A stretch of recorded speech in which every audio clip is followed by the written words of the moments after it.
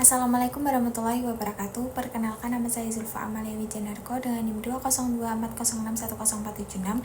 Saya akan membahas artikel yang berjudul Hukum Sumber Daya Alam dan Tantangan Lingkungan di Era Modern.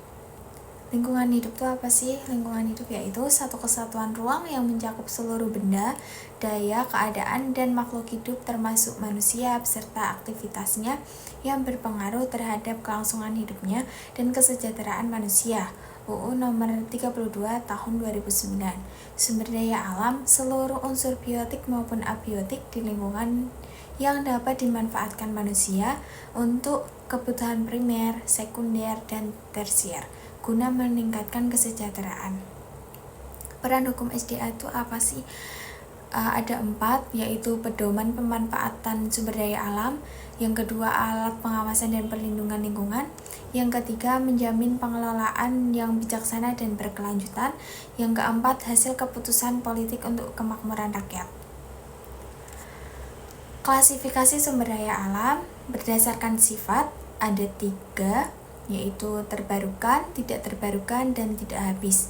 Yang terbarukan yaitu hewan, tumbuhan, air, tanah dapat berkembang biak dan bergenerasi secara alami. Yang tidak terbarukan yaitu minyak bumi, gas alam, dan batu bara.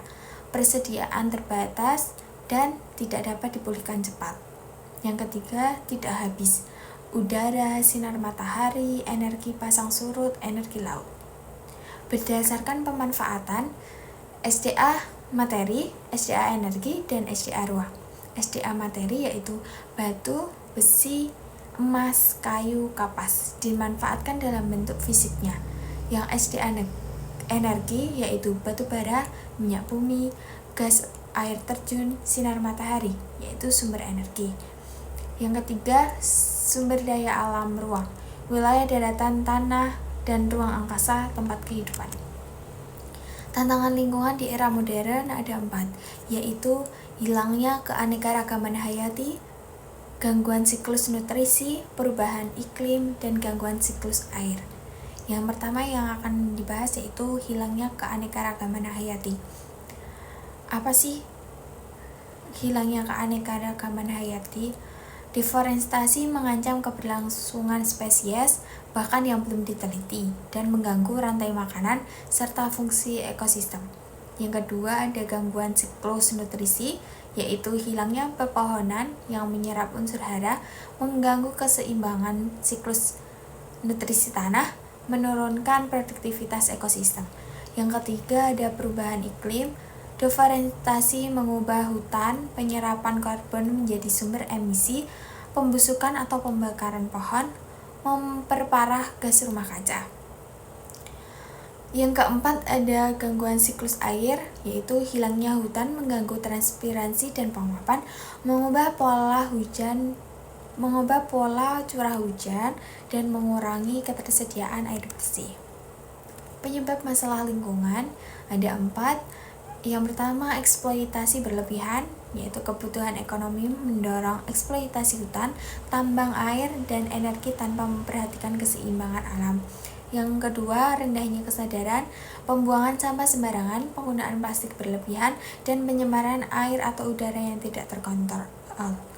Yang ketiga, lemahnya penegakan hukum, pelanggaran aturan lingkungan sering tidak ditindak tegas sehingga pelaku perusakan tidak mendapat efek jera.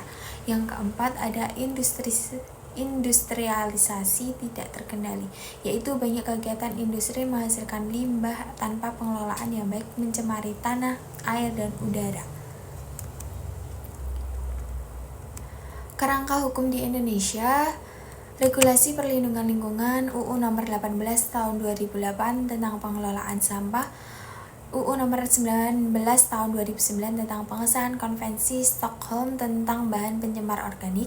Yang ketiga, UU nomor 32 tahun 2009 yaitu perlindungan dan pengelolaan lingkungan hidup, UU PPLH. Sistem penegakan hukum lingkungan ada 3, yaitu kepatuhan, penegakan, dan kapasitas SDM. Kesimpulannya dan sarannya yaitu SDA berperan penting dalam kehidupan manusia dan pembangunan nasional. Yang kedua, pengelolaan tidak bijaksana menyebabkan hilangnya biodiversitas, perubahan iklim, dan gangguan siklus air.